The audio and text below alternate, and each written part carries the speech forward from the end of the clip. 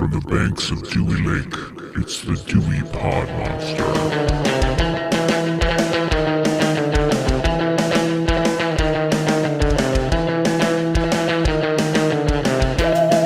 All right, welcome back. My name is John, and this is the Dewey Pod Monster Podcast. This is a weekly podcast, and it is about consumption.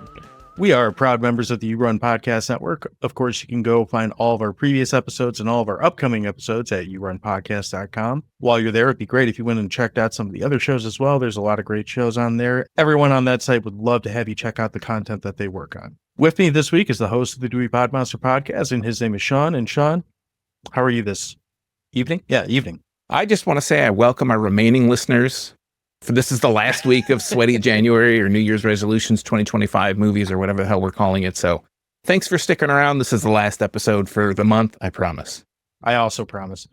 In the true spirit of getting through a month of, New Year's resolutions that are supposed to last a full year, we're both drinking tonight. What are you drinking, Sean? Do you want to share? Yeah, man, I'm on the Japanese whiskey train. This is a Nikka coffee malt whiskey. If you can watch this is a video podcast, by the way. You can see the bottle here. I've got it.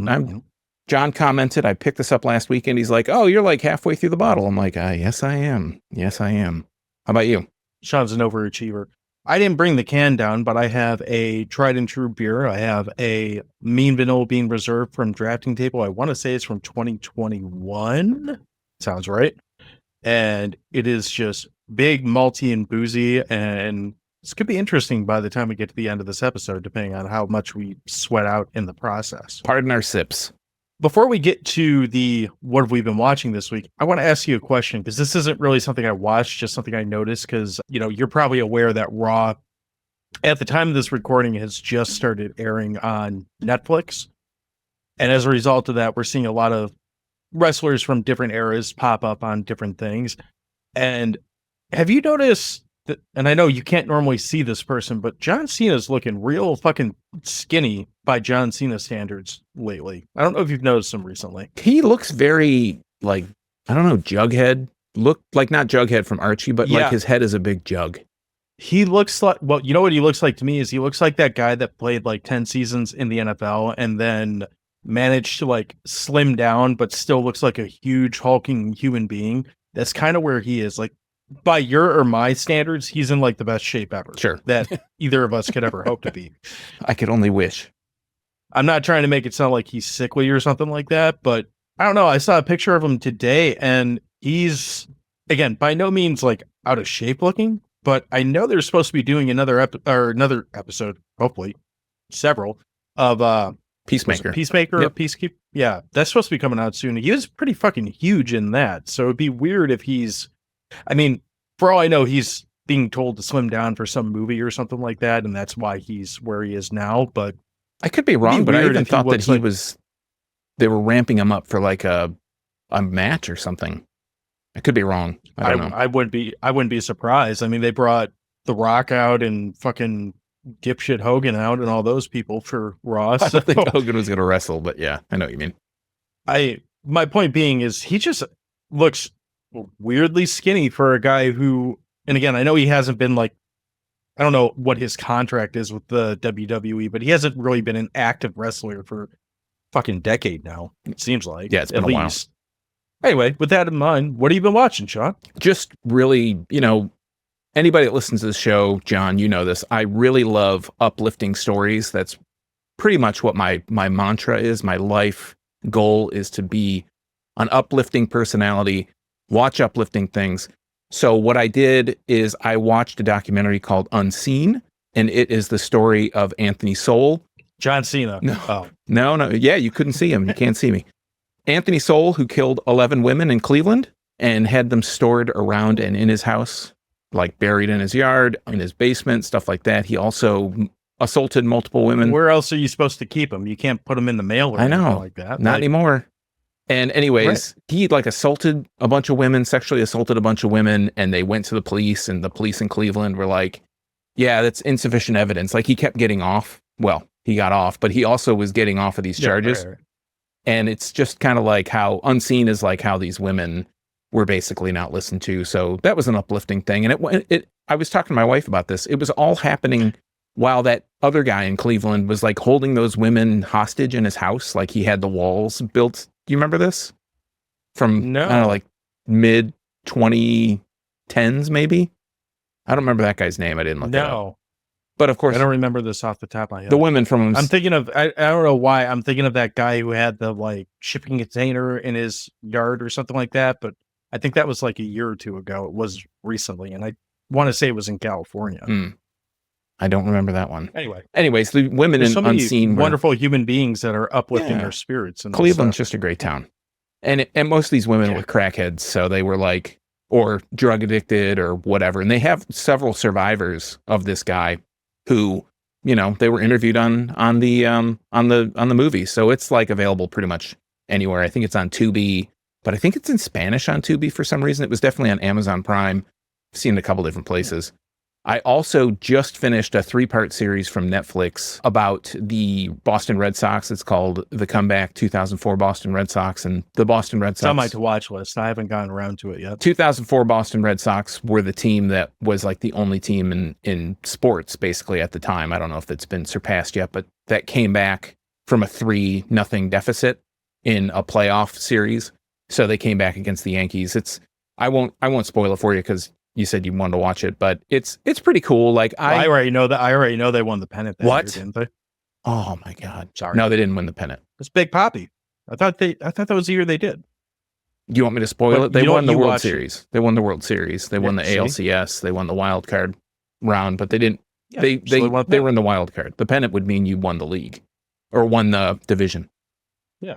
They didn't win the Wait, division. I thought the pennant was everything. No, that's the World Series. Well, what the fuck do I know? We're ramping up for baseball, John. You don't even know the terms? Come on, man. I guess not. I guess not. I like how you nonchalantly I'm the football guy. You're the That's baseball guy. I'm along for the ride. But it was cool. Like at the time I didn't like the Yankees and I didn't like the Red Sox, and they kind of portray them as being like this kind of down and out team, but in all facts they would finish, second in playoffs. They play the Yankees several times and they couldn't beat them until this 2004 season. It's a good documentary if you like baseball, even if you kind of just like, again, uplifting stories. That was a good one to watch. And then just other than that, one last thing. Pretty sure you're going to talk about it, but I watched George Romero's Resident Evil documentary. Do you want to tell us what that's about? We'll tag team on it again. Yeah. So I'm glad to hear that I'm not the only one that watched this. I thought I might be alone on this one. This is I'm not sure when this originally was supposed to come out, but this just got put on streaming within the last week or so. So it's out there somewhere now. But basically this documentary is called George Romero's Resident Evil, which is basically a documentary. The very shorthand is George Romero was originally hired to direct the Resident Evil film, and he refused to compromise his vision on what he thought the film should be. From the sounds of it, I'm not a Resident Evil expert by any stretch. I hate the 3 movies I saw, and I only played 2 of the games, but I never finished them because I suck at games. But he didn't want, basically, it sounds like George Romero is going to make a very hard R George Romero zombie movie within the Resident Evil universe, for lack of better wording. And what we ended up getting is what the studio wanted, which was a PG-13 Resident Evil story that you could sell to the masses. For obvious reasons, the PG-13 movie probably made a lot more money than what Romero's version would have made, because the Romero version would have sold to guys like me, probably guys like you, who like Romero. And, I don't know if you're a fan of Resident Evil or not, but It's okay. I think the Romero part would have sold the majority of the horror fans.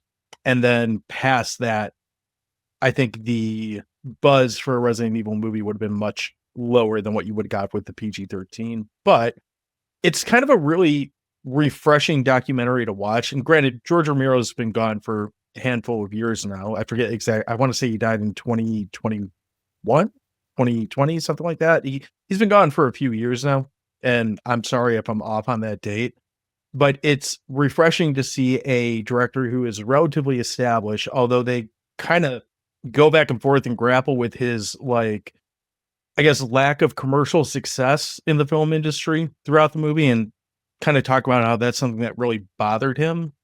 But I like that he was still willing to stick to his guns and kind of refused to make a movie that, in this instance, he saw as shit, even though, as a guy who loves George A. Romero, it's not even his zombie movies that have a handful of turds in there. Well, I thought that was interesting that so Romero was hired to film a commercial for the game, and everybody loved it. And they were like, oh, this is so cool. So they hire him in to do the movie. And they kind of play it off for a long time in the movie.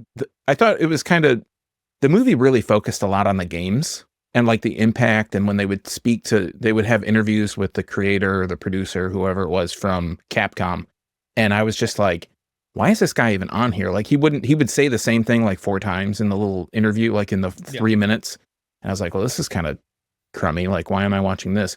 But it sounded like at first, well, they had I didn't really understand. They had like a script writer or somebody or a reporter for a game magazine that supposedly had read a script from one of the writers. And it was presented as if it was a final script, but it was actually like a draft that had already been declined or that had already been said, like, yeah, we're not using this.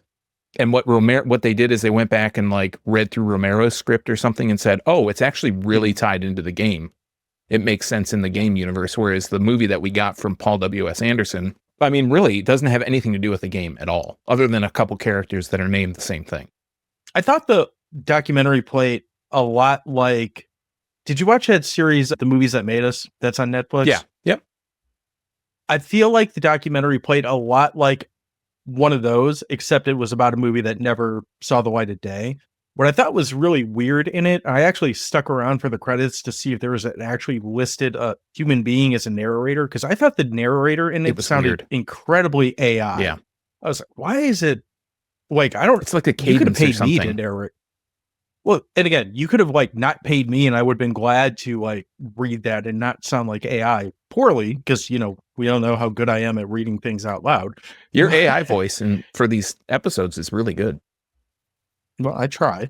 But yeah, I thought the narrator sounded weird, but overall, I was actually talking to a friend of the show, Jordana, about it, because I was like, it's kind of reassuring because it kind of leans into what we were talking about with Leon and the Terrifier 3 episode. Like, it is possible to still have a filmmaker that wants to say, keep their art, their thing, and kind of put what they want out there. And with all due respect to Damien Leone, George A. Romero is hell of a lot more established than Damien Leone, even at this point. Like, he's one of the like most iconic horror movie directors, period. I'm not going to go as far to say he's John Carpenter or anything like that, but I'd say he's on that next. I think there's Carpenter and Wes Craven on like a hill way above everyone else. And then there's guys like Raimi, Romero, you know, probably a handful of others. I don't really want to rattle off 50 directors right now. I think he's on that second tier. So I think he has plenty of due respect within the horror genre. So I think that's kind of the most refreshing part of the whole documentary, is seeing like, oh, this guy was willing to stick to his guns and refuse to be, although they talk about him struggling with it, refuse to just get paid off to make a shit movie. Yeah. Or to make this shit movie, I guess. I found it funny that there was a guy, and I think he was in the cutscenes of the game, the first game. He was a voice actor that they had cutscenes in the game of live action. Chris Guy or whatever. Chris Redfield. Yeah. And I thought it was really funny. The guy was like, I didn't even know I was in Resident Evil for 20 years because the game in Japan was called Biohazard. It's like, you're an idiot. Anybody, I mean, I don't know about you. I know that you're not into games, but I knew that it was called Biohazard in Japan. I would think anybody that's into Resident Evil would know that. Well, wasn't the original cut of the game one of those, like, the box said Resident Evil, but when you put the disc in, it popped up with the Biohazard logo on it, kind of like a lot of movies that we've talked about maybe this month? Maybe. I thought it was changed to Resident Evil because of the band Biohazard. They couldn't release it here under that name, so they just changed it. I mean, I don't know. That's possible, but I feel like Capcom has more money than the guys in the band Biohazard. Well, it just might be like they probably could have copyright, you know. An existing copyright's hard to over infringe on, I guess. I don't know. Can you copyright a word like Biohazard? I don't even know. I don't know. Like, John, don't poke holes in my logic. It worked for me for 20 years. That guy didn't even know he was in the game. It's fair. Fair enough. But so did you like it? Speaking of uplifting. Did you like it or? Oh, Yeah, I liked it a lot, actually. It's one of the better. So aside from the AI narrator or non-AI narrator, whatever, Weirdly that was the narrated. only thing that threw me off in it. Yeah, that was the only thing that threw me off on it. But I, I mean, that's like a 2-hour documentary, and I found myself still wanting more. And I fully admit that this is a movie that, or a documentary that is very much so kind of praising what George A. Romero was as a filmmaker and as a human. And I'm kind of a George A. Romero like fanboy, so I'm biased. Mhm. I admit that. But I thought for what this was and something that they even say in the movie, there's a lot of things that they just don't know, like what would have been or what could have been Sure. or where he was going with it. I thought they did a pretty good idea of presenting what they could to make a reasonable argument, I guess, talking about a movie that we just never got. Yeah, I had mixed feelings on it. Part of it I liked, but some of it, the tedium of it was, like you said, the narrator sounded like, Yeah. I'm going to read this line. I need to read the next one exactly the same. Then I read It this sounds third better one. than what the I know it narrator actually did. kind of not too toot, but yeah, I thought it was like that was borderline similar. Anyways, I digress. It was weird enough that when I started watching, I'm like, am I watching the right thing? Like that kind of thing. Yeah. But speaking of uplifting and documentaries, there is a new documentary about the Jerry Springer show called Fights Camera Action that is on Netflix right now. I don't know if you've caught that yet or are aware of that. The trailer for it played right after that Boston Red Sox documentary I finished. Okay. Yeah, tell me about that, because I've heard kind of mixed things about that too. It's your typical like Netflix cadence of 3-episode docuseries. The first one is basically like, where did all this shit come from? And like, it barely like scratches the surface of the Jerry Springer show that most of us know and have an opinion of. By episode 2 is where they start really getting to all the wacky shit, like people banging horses and whatever on TV and stripper fights and all that shit. Yeah. But somewhere around the end of episode 2 and kind of leading into episode 3, they talk about if you're not aware of this, they talk about a real life murder case that came up after this married couple and their mistress, I guess. Although I don't even know if that's the proper terminology. This guy was married to both these women at one time, or maybe at the same. I don't know. It's fucked up. Anyway, he killed the one chick, and there's a lot of like trying to draw lines to, did the Jerry Springer show not necessarily cause this, but is this like feeding into societal problems, I guess? And you know, it focuses a lot on a retelling of the timeline of Jerry Springer from his like primary producer and like a couple of the other producers that help like take calls and get people on the show.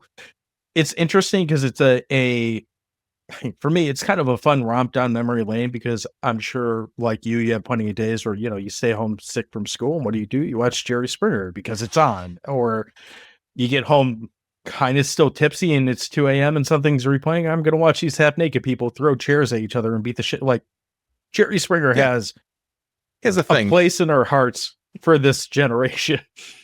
And I'm sure if anyone who's listening to this is unaware of what the Jerry Springer show was, one, it probably looks incredibly like scripted and staged now. And they kind of shed light on that it wasn't. Like they very much so like flat out say like, yeah, we encourage them to fight and do all this other shit, but it wasn't scripted in the sense like they didn't show up and be told, okay, you're going to come out and then you're going to kick her in the crotch and that type of shit. Like they basically tried to amp them up to get them they tried to push them in the direction of fighting because it was a TV show.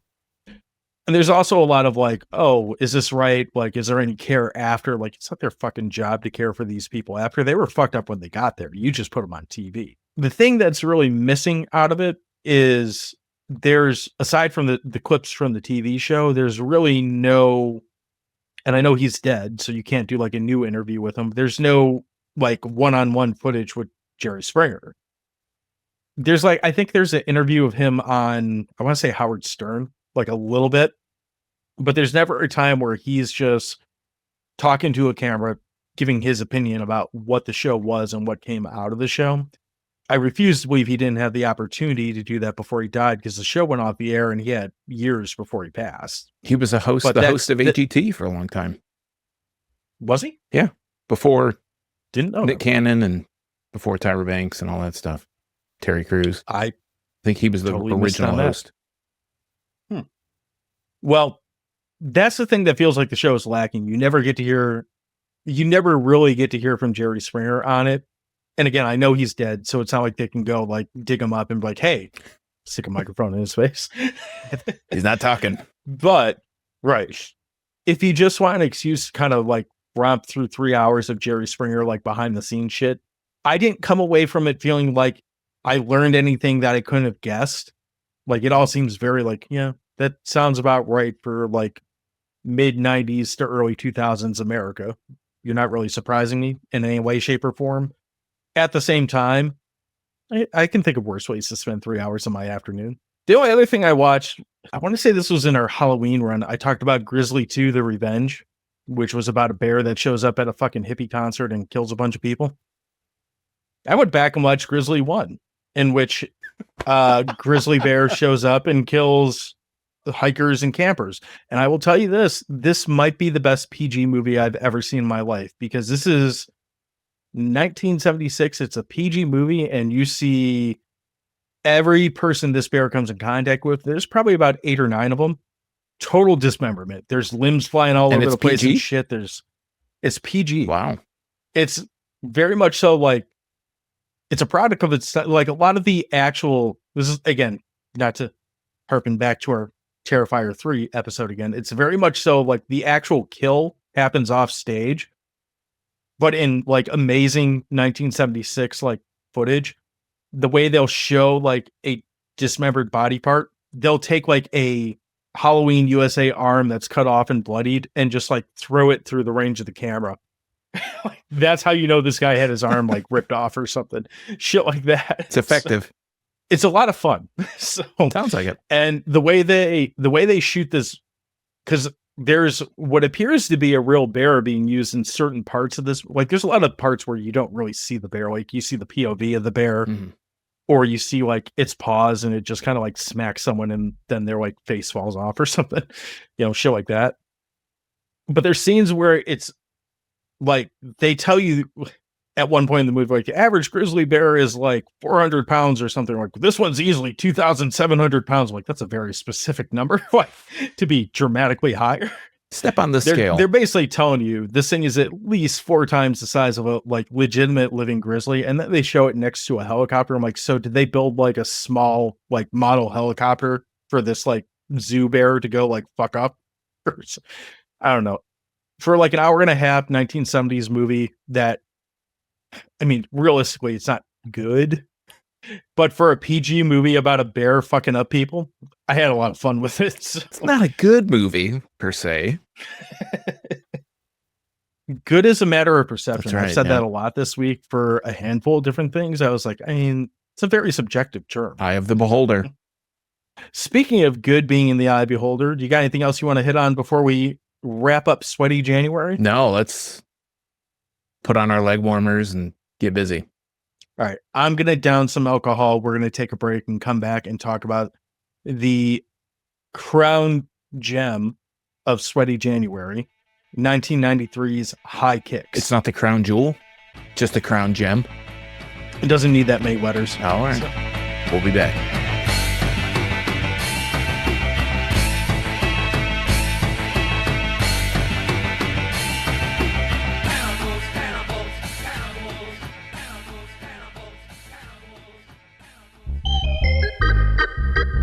Hi, everyone. AI John here. If you're a horror fan like me, check out the Fans of the Dead podcast.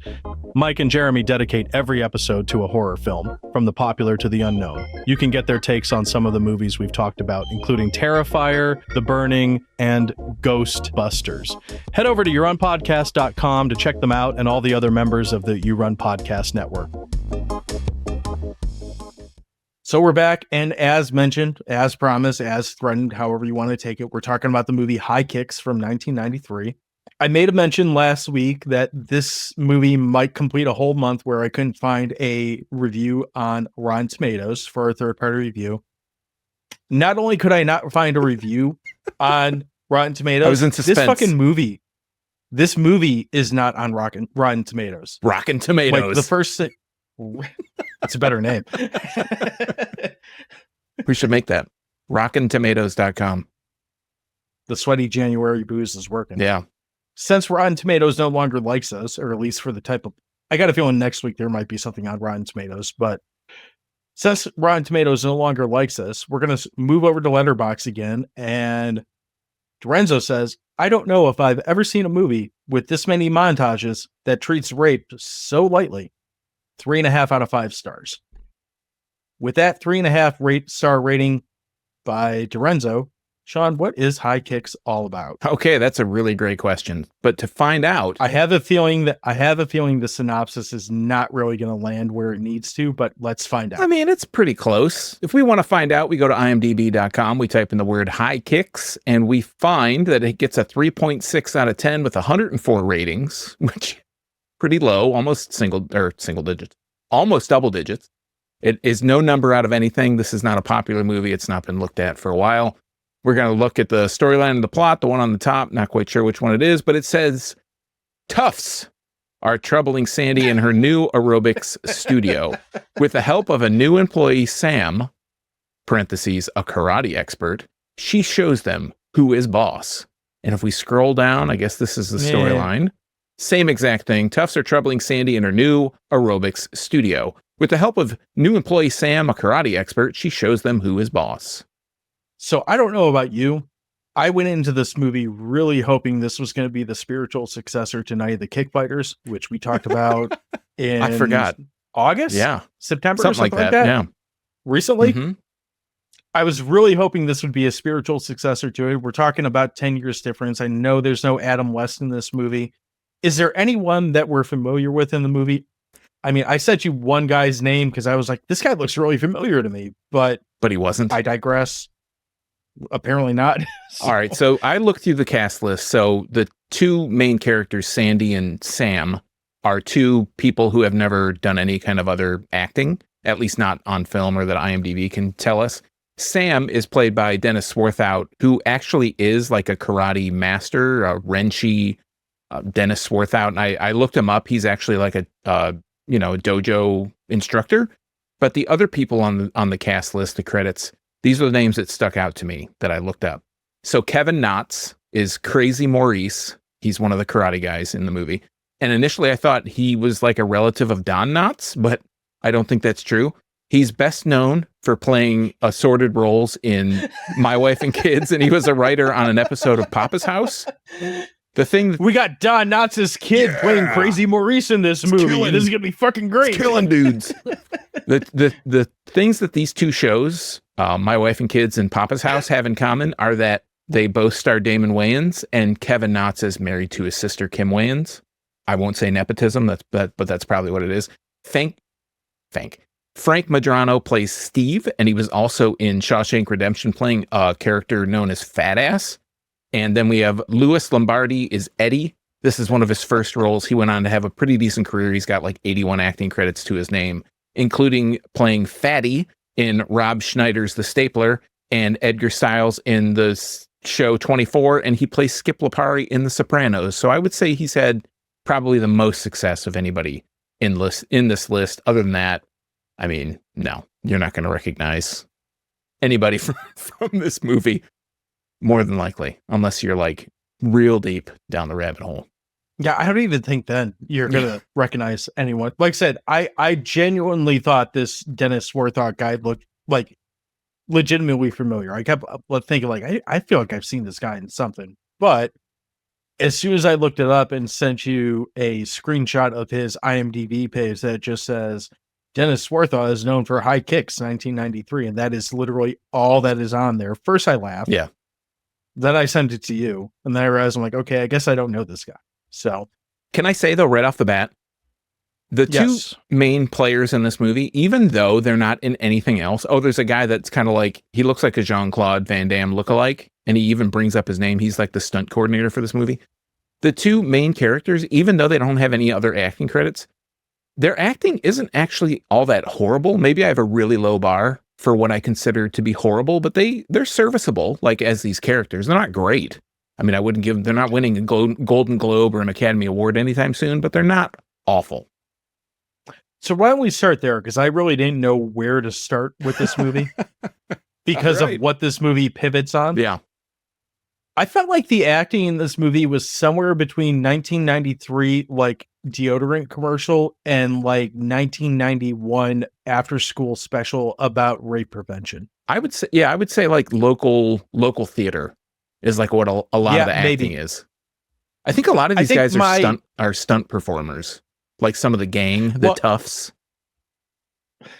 We're going to get to that because I have things to say about that, or thing to say about that. So, well, backtracking. So the reason why I say the after school special or the commercial, this is shot like a fucking commercial from the 90s. There's a ton of like super close, like everyone's super in frame, like perfect. Look at my new Crystal Clear Pepsi with my New Balance running suit and my Reebok pumps. Like it is so, aside from the actual product placement, which I don't remember happening other than maybe what people just happen to be wearing because there's no wardrobe. Everything is like super close up shots, very in frame. Like it's almost like a detriment to the movie when they have to back up and actually show some high kicks happening for the like 4 high kicks that happen throughout this movie. And we need to mention the aerobics studio is actually called High Kicks. So that's where they get the name. That's true. Yeah. Let's talk about what this movie's about. So we kind of touched on it. Toughs are troubling Sandy and her aerobics studio. So what really happens in this movie, like that's very true that the toughs are troubling them. But the best way to really kind of summarize what happens is, so spoilers, if you haven't seen High Kicks from 1993, hopefully we can link it somewhere where you can see it because I'm about to spoil part of the movie. I'm about to shit all over this thing. What we end up seeing happening, and this is the catalyst for this entire movie, is the most racially inclusive, multicultural gang of toughs. And by racially inclusive, multicultural, I mean, like David Duke said, what does a cholo look like? And this is what we got, you know, like that's what I mean by racially inclusive. There's representation across the board. Oh, it's like a 5-person, they call them a tribe. Yes, in this is my tribe. Referring to them as a tribe. Yep. And it's like everyone is a 1993 stereotype. So 1993 black guy, 1993 Asian guy, 1993 white guy, 1993 Latin guy, etc. Like they're all a stereotype. It's like a mobster guy. Yeah. So they show up at this. It's an aerobics studio. It's not a dojo. It's an aerobics studio. It is actually a dojo, but yeah, it's set dressed. They're calling like an aerobic studio. Yeah. I don't know the difference. Anyway, so multicultural white guy turns his starter cap around and proceeds to rape Sandy. And that kind of sets off her being distraught for about 4 hours. Give or take. Until she learns that Sam was also raped by some random guy in some other place. And then they decide they're going to high kick their way to revenge, ? I guess. And I have to give him credit. That's pretty much the gist of it. And I have to give him credit that Sam is a guy. And male rape is not something that's talked about a lot. So it's like, oh, that's actually pretty progressive that they have a character, a female that gets raped by these. Yeah, I'm not sure they portray it well, but they do have it in there. So that's something. You mean the rape itself? Well, they're not her rape. Oh, her rape is in the movie. His rape is like, I was raped. She's like, oh my God. He goes, then I learned how to fight, more or less. I mean, let's just talk about the rape and just get it out of the way. Cause it's, it's always, again, uplifting content. That's what you come to this podcast for. It's actually handled for 1993 from a first time, only time, single time director. It's female director, surprisingly. And actors who can barely they're decent. I think we already set the ground.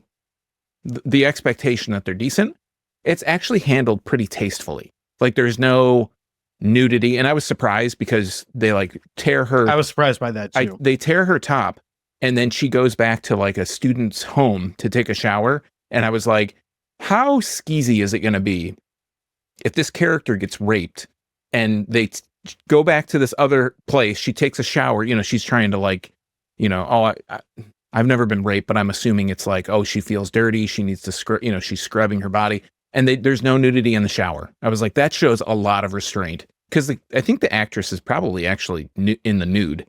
Because there is like a little bit of a side boob or back boob that they kind of show. Honestly, I think that speaks to it being a female director as opposed to being a male director. Probably. More than but anyway. It's not exploitative at all.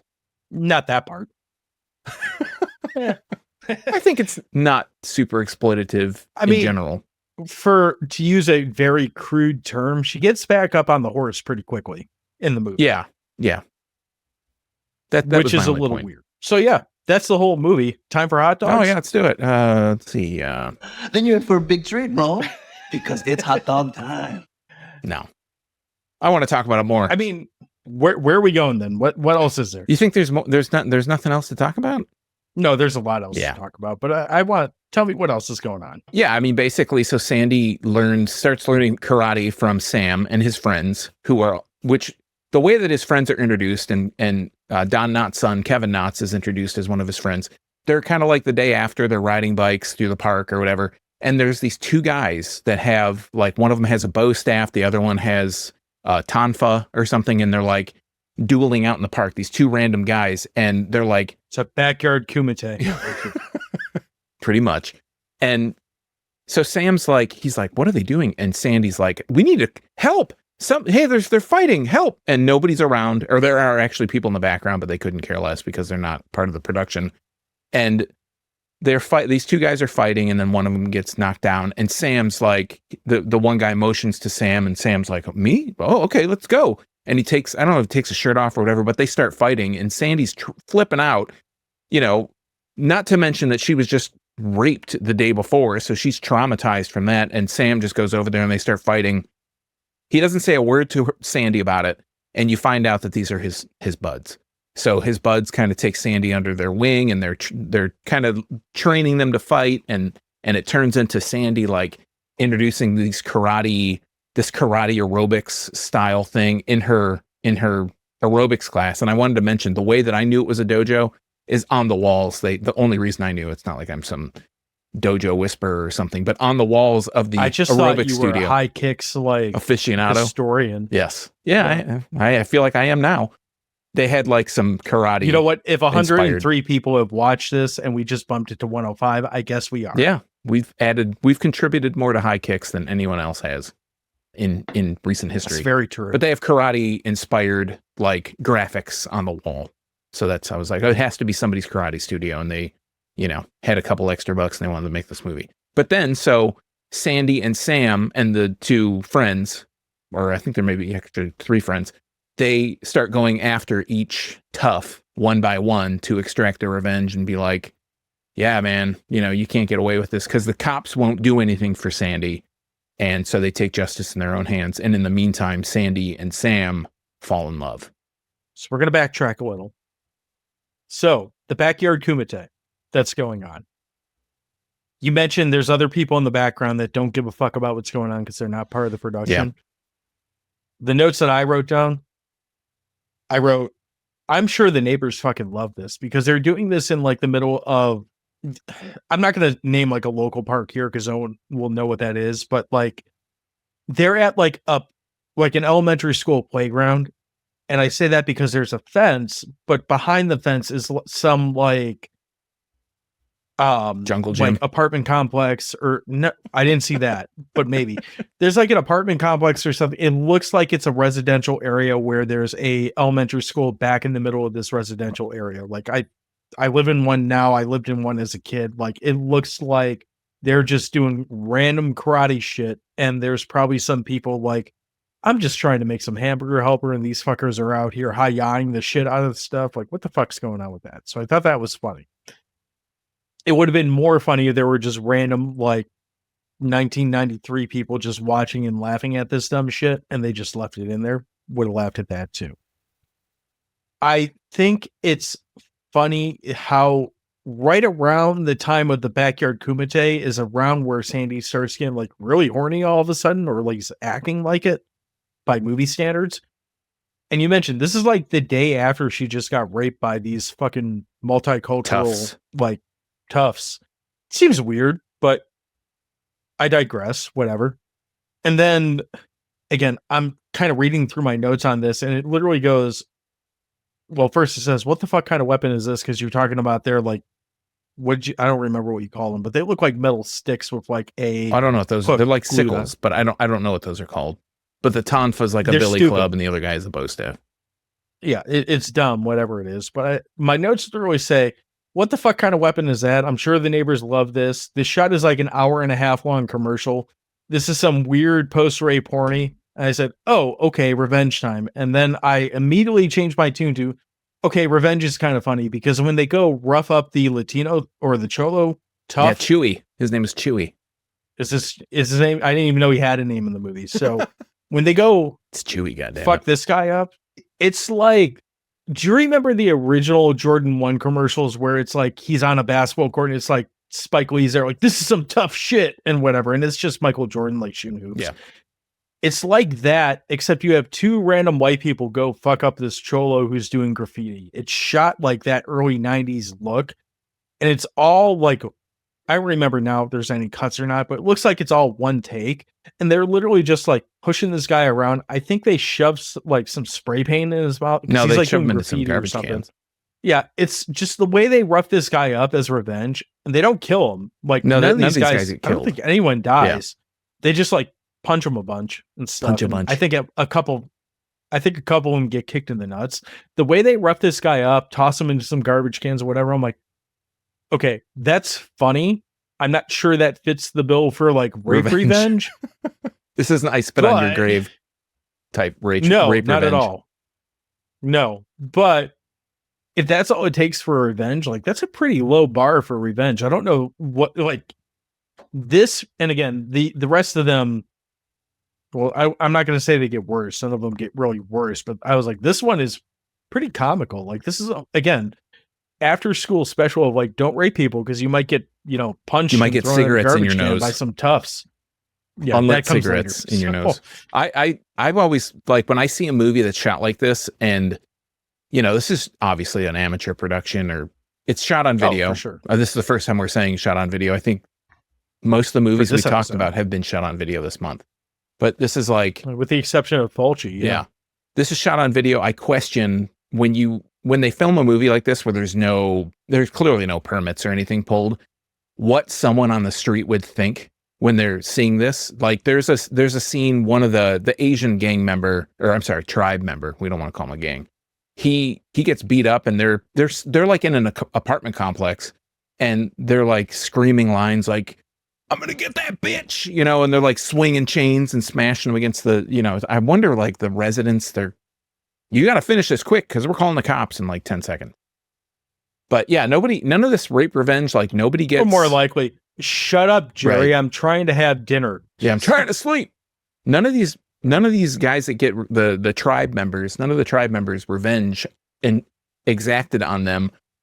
They're never like really, they're just kind of hurt. It's like they get ashamed. It's like no hard feelings, right? We just, stuffed cigarette butts or unlit cigarettes up your nose and in your ears and we laughed at you. Like they didn't even take pictures of them. They didn't draw like penises on their face with permanent marker. Didn't teabag them. Yeah, none of the high school sleepover pranks were pulled on these guys. They just get kind of uppercut, like really very safely done. Like nowhere near contact was nowhere near made. The one that I thought was I don't remember the character's name. It was the black guy. I want to say his name was Rico or something. He's getting like thrown on the concrete pretty hard, and I think he's an actual stunt performer. But some of those guys, I'm like, you probably didn't even get paid to be in this movie, and you're getting like thrown on the concrete. On the cement, and just didn't get paid enough. No, clearly not. But I mean, that's pretty much what this movie is. That goes on for some time.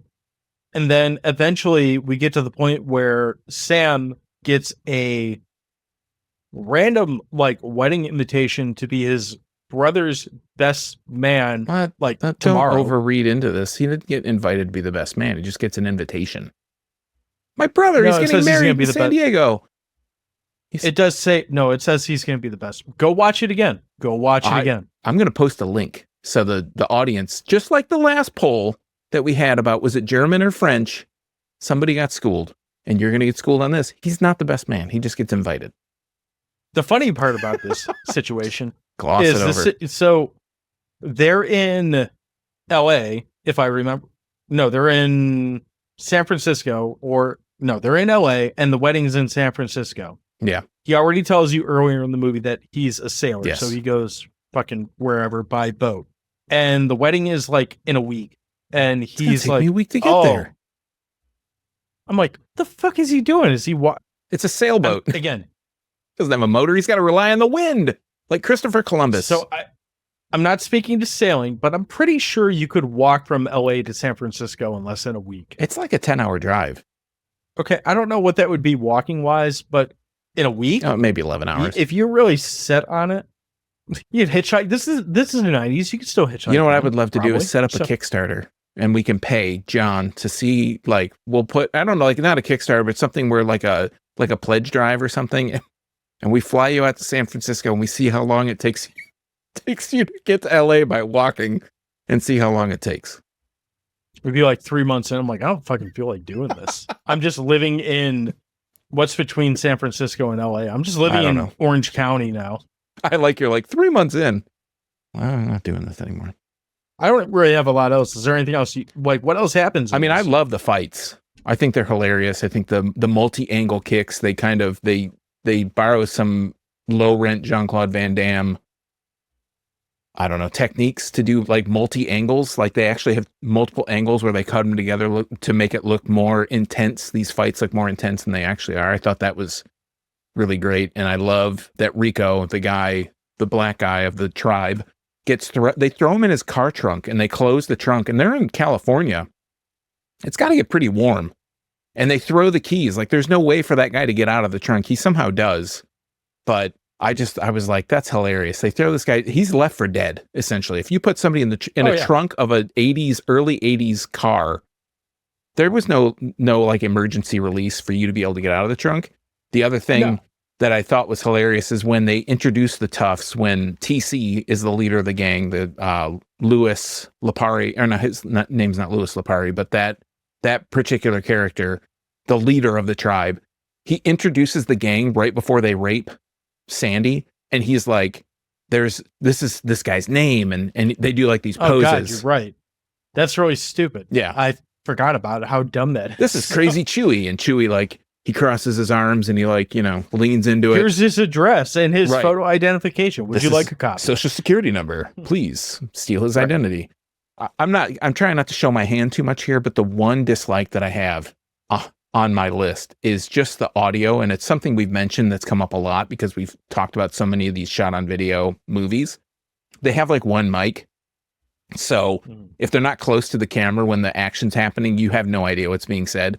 And so they do this like dubbing instead. They'll do like voiceovers. There's a few voiceovers. There's a lot of like sound dubbing, so that fight in the park between low rent Jean-Claude Van Damme and low rent Jeff Speakman, there's like, they're like clanging weapons together. There are two wooden. That sentence right there, you just sold this movie so fucking hard. I mean, if you're a fan of JCVD and Jeff Speakman, you should be watching this movie. You can maybe learn a few moves. Maybe they could learn a few moves. Yeah. But they're doing this sound dubbing where it's like clanging metal together, and it's like these are wooden. It's like when you watch a cops show, like Cops, and they or any movie, and they dub over like squealing tires in gravel. It's like there's nothing for it to squeal on, so why are we squealing tires? So I thought the dubbing, the sound was just like laughably bad, and a lot of the stuff about this movie just in general was like laughably bad, but it was so bad and so laughable that it turns around and starts being funny. So I can't really hate on it too much. Yeah, I mean, that was my kind of consensus on my dislikes, really, was the sound was not great. But other than that, I thought, like I said, the characters, like the acting was, for local theater production acting, it was decent. Like, it wasn't that bad. I was pleasantly surprised. I think one of the actresses from the aerobic studio is like a softcore porn actress too. So I forgot to mention that in the cast. Oh, was that in the cast. Tracy or whatever her name was? Yeah, Tracy, the one that keeps trying to bang Sam. Yeah, Anastasia Raven, quote unquote Raven Alexander. she's an That's adult something else we performer. forgot about is that there's this like Subplot. subplot where Tracy is just trying to bang Sam and eventually gets her membership revoked or some shit. It's kind of weird and kind of doesn't fit into the story. It's very forgettable, Yeah. I would say. Well, the movie is like did they show 82 minutes her- long, so they have to have something in there. I'm looking at her. Okay, well, I'm looking at her. Just not discography, her filmography right now, and okay, Bikini Med School, Bikini House Call, Sorority House Vampires. I think we need to watch some of her. I was going to say, we got a few movies we can add to the queue just off of her resume. I really feel like High Kicks is the weird one out of this group. Yeah. And it's probably one of Deviant her first, right? Vixens 2, Amateur Cream Pies 1. The fact that you have to name Amateur Cream Pies 1, number 1, is kind of funny. Well, they're going to do multiple ones then. They knew it. Here you go. I've never done that before 14. Kind of makes you wonder what they did in 1 through 13. I'm just going to go ahead and just read off Anastasia Alexander movies for the rest of this episode. So, The other thing Sex I like, and the Single Alien, 1993, also same year as this movie. the other thing I liked is that the music, it's just like, Sean's just like, fuck you reading Yeah, off don't these do that. softcore porn movies. the other thing I liked is the music is all kind of porno music. So it fits into that bill, And when Sandy like really tries to start getting to know Sam or tries to start getting to know him, this is like, I wrote this down. This is exact verbatim what's in the movie. I don't know about the script, but in the movie, she asks, "Who are you and where do you come from?" And his answer is, "That's a lot of questions." Like, that's 2 questions, dude. Oh, no. Just answer 2 questions. 2 can be a lot, depending on what you're talking about. How many brain cells you have fighting for control? How many rapes do we need to fuel this plot line? At least 2. Clearly. Like I said, I don't really have anything else. So unless you got anything else, I think it's hot dog time. Then you're in for a big treat, bro. Because it's hot dog time. So I'll lead us off as we wrap up Sweaty January. High Kicks is a movie.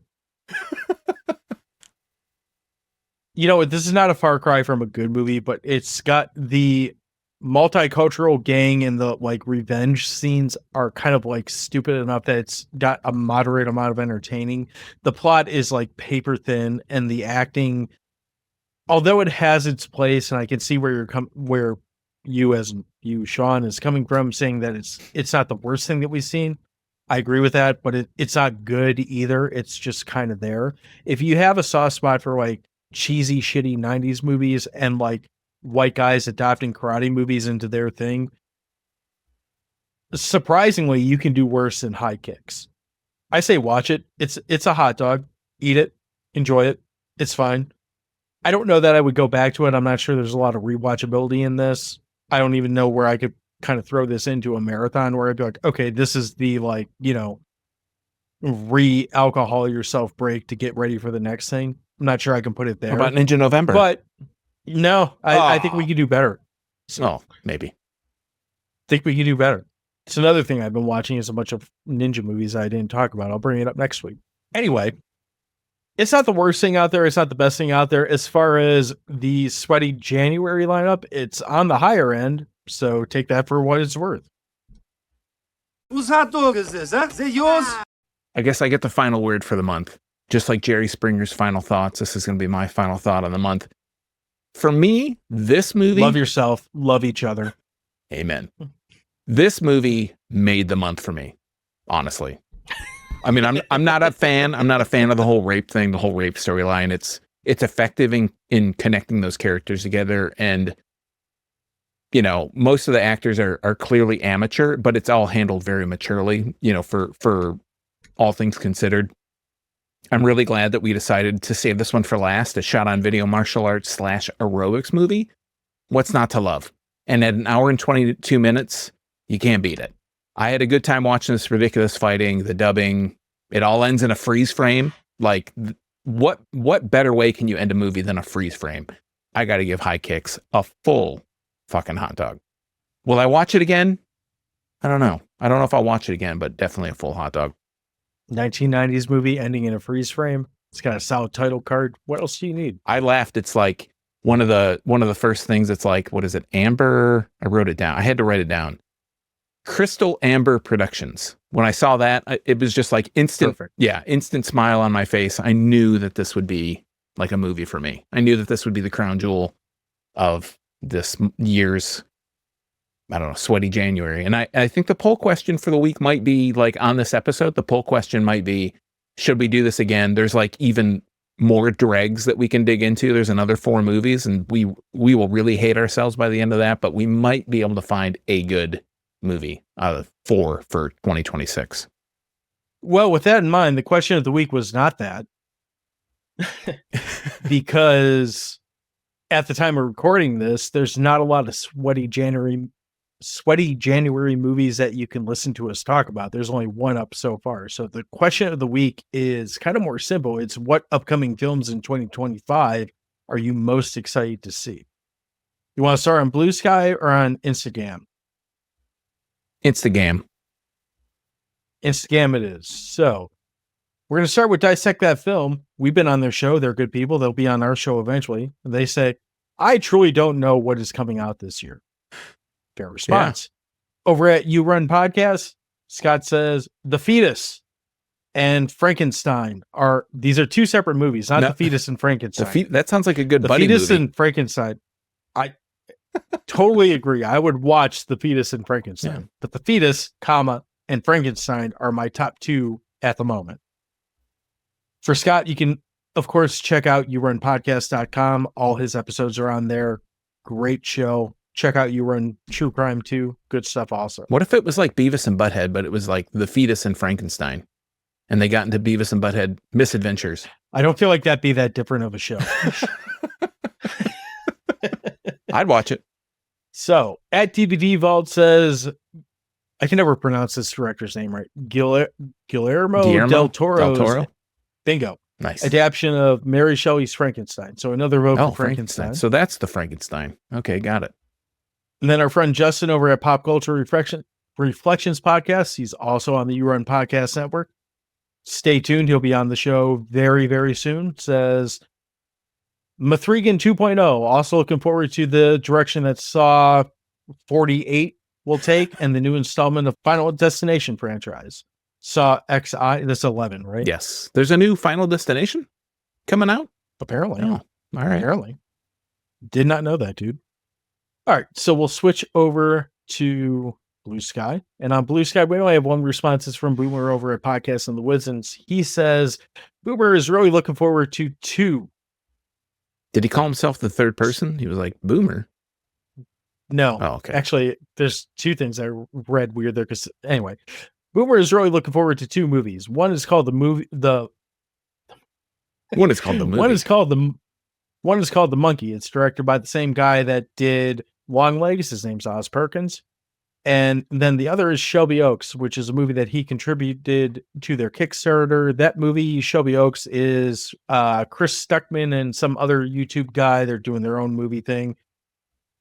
I personally am not like excited for Shelby Oaks, but knowing that Chris Stuckman is a YouTube creator that's kind of moving on to make a feature film, I'll give it a try just because I like seeing creators kind of grow and do their own thing. Maybe that'll be us one day. Highly doubt. I'm not that motivated. Myself as well. I will do your social media promotion. Nice. If you need I thought you were going to say you would do my hair. Like I need somebody to. That too. Oh, nice. Got it. Sean, are there any movies in 2025 that you are looking forward to? I'm really looking forward to, I had to think about this, but the only one that I know that's actually coming out, I don't know who said it. Oh, Dissect That Film. I'm kind of in the same boat. Like, I don't really know what's coming out. Yeah. But I am looking forward to Bong Joon-ho's new movie, Mickey 17 with Robert Pattinson. I love Parasite. I've seen a couple Bong Joon-ho other movies, and yeah, it sounds interesting from what I know about it, which is like next to nothing. But it's like he's like one of those directors when a movie comes out, you're like, I don't know what it's about, and I really don't care, but it sounds like something I want to see because this person's involved. He's like one of those guys for me. So I'm kind of on the same boat, but way different like level of something. I'm looking forward to Only Things, which we talked about the movie Murder Size last year, which is the same production 2 team years of ago. A&P, Angie and Paul. Was it 2 years Yeah, ago? I think it was 2023. last year. It was last. No, that was last sweaty January that we talked about. Oh, you're right. Man, Mhm. 2024. So I'm looking forward to OnlyFans, which is a vampire horror comedy, which I'm assuming is going to have all kinds of sexual stuff going on, considering the cast, and can't wait. I also am interested in Mithrigan too, mostly because I don't think Mithrigan was meant to be a franchise. And we both were kind of pleasantly surprised with Mithrigan. Neither of us hated it. I remember that. Yeah. I don't remember how much either of us liked it, but I remember neither of us hated it. Yeah. But I feel like the idea of an AI Chucky that's not Chucky is probably very fit for the current, like, I think horror is at its best when it can reflect on like real world concerns. Yeah. And the idea of an AI entity killing people seems very real world for 2025. So I'm looking for, I don't know if I'm going to go as far to say I'm looking forward to them. I'm interested to see what they have going on. And if it ever sees the light of day, I want to see whatever this Friday the 13th TV show is. I don't know if it's going to happen. They say it's going to happen this year, but I have my doubts. That's So. supposed to be a Paramount thing, right? Paramount Plus exclusive, or is it? Is it on Paramount now? I I don't thought know. it was on Peacock still. Oh, really? It was Okay. on, last I heard it was on Peacock, and then A24 got the boot from it. And then I don't know where the fuck it is. Now it's Yeah. this Jason universe. I don't know what the fuck's going on. It's Friday the 13th, so I'm going to watch it. My expectations are about as high as they are for the next Rob Zombie production, because that's how I go into most things that I want to like. But we'll see. So we know I'm going to watch it. It's a Friday the 13th thing, right? Oh, I thought you meant the Rob Zombie thing. I was just going to say, yeah. His birthday was yesterday at the time of this recording. Oh. So Happy birthday. that fucking guy. Anything to tack on here at the end? No, the Japanese whiskey is really catching up to me. Well, good. So with that in mind, we're going to sign off for the month of sweaty January. February will be slightly less painful, hopefully. We actually know what we're going to be talking about for the next 4 episodes, surprisingly. And that's a new thing. We generally don't. Yeah, unless there's a theme month coming up, we generally don't. But we'll be back next week and next month with some stuff that is not shot on video. Probably Probably I don't think we have any of those. I don't think so. But don't worry, March is right around the corner. We'll be back with some more shit. Maybe So, maybe until Blood then, Cult. Ooh. So until then, we do ask that you please check us out if you haven't already, we ask that you please check us out at our website, which is crap.town. You can follow us at You Run Podcast as well, yourunpodcast.com, which is our network that we are glad to be a part of. Please check out the other shows while you're there. And of course, we're on all the social medias that we give a shit about. We are at Dewey Pod Monster. If you can't find us, just search Dewey Pod Monster. It will probably come up. If not, message some random person and ask where they can find Dewey Pod Monster. That could be funny too.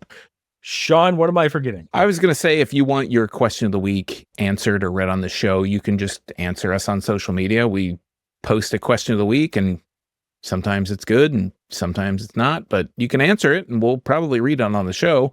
And you can find us on all the social medias at Dewey Pod Monster. On top of that, we post all the stuff we talk about in the show notes. Some of them are affiliate links. If you click on those links, we might get like $1 over a long time.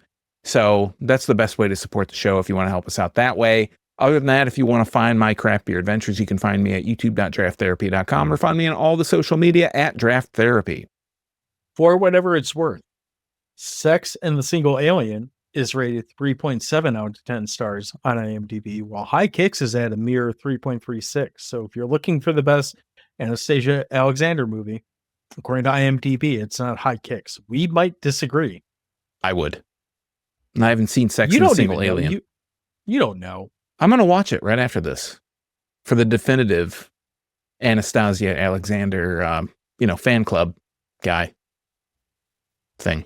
I, on the other hand, am going to watch. I've never done that before 1 through 13, just so I'm ready to watch. I've never done that before 14 without any like story loss. So, Yeah, you got a continuity. You have to follow the whole story. I get it. that's right.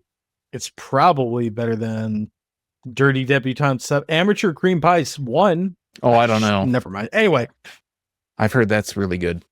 I mean, it sounds like it's it's probably a cooking video, right? Yeah. Somebody gets hit in the face with it at the end. Sounds right.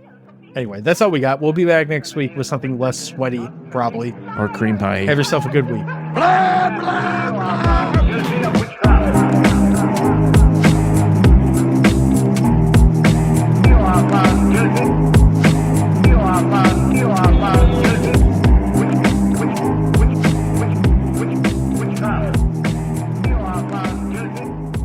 This movie has Cherry Poppins in it. That's the name of this actor. A Little Bit More is another actor in this movie. Sounds classy. It is a class. We haven't resorted to reviewing these or talking about these movies yet, so there's hope for us No one's yet. requested them. Everyone's fucking don't slacking. put that out No there. one requested. I am cutting this out of the episode. We've put it out there several times. No. So until then, have a good week and go to crap.town and send us requests. Cheers.